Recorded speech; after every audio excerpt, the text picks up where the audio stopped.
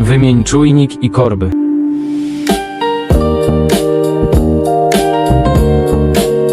Proszę użyć specjalnego narzędzia do demontażu korb, aby zdjąć lewą korbę.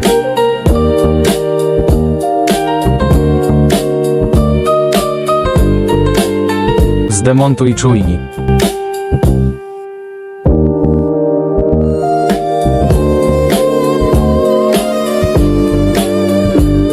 Wyjmij kontroler.